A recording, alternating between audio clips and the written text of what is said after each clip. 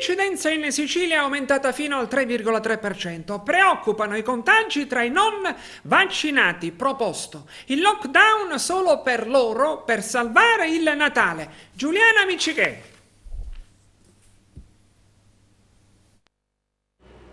Sono 442 i nuovi casi di Covid in Sicilia a fronte di 13.272 tamponi processati. L'incidenza aumenta ancora, è al 3,3%. La regione è al sesto posto in Italia per nuovi contagi giornalieri. Gli attuali positivi sono 9.432, ovvero 355 casi in più rispetto al precedente report. I guariti sono 84. Le vittime sono state 3 per un totale dei decessi a 7.093. Negli ospedali ricoverati ordinari sono 384, 8 in più, e quelli in terapia intensiva sono 46, 4 in meno. Ecco la distribuzione dei nuovi contagiati tra le province. Palermo 54, Catania 101, Messina 135, Siracusa 23, Ragusa 20, Trapani 37, Caltanissetta 5, Agrigento 61 ed Enna 6.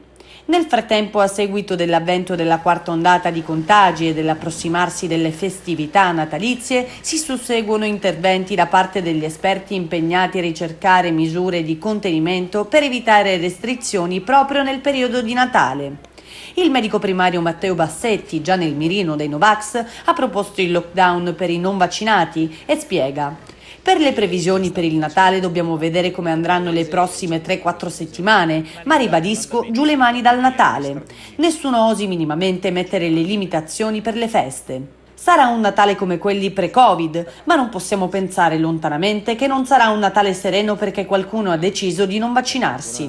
Il governo e le istituzioni devono trovare una soluzione perché in qualche modo il Natale va tutelato e se ci sarà un ulteriore incremento dei casi tra i non vaccinati, eventuali limitazioni come il lockdown dovranno essere solo per i non vaccinati.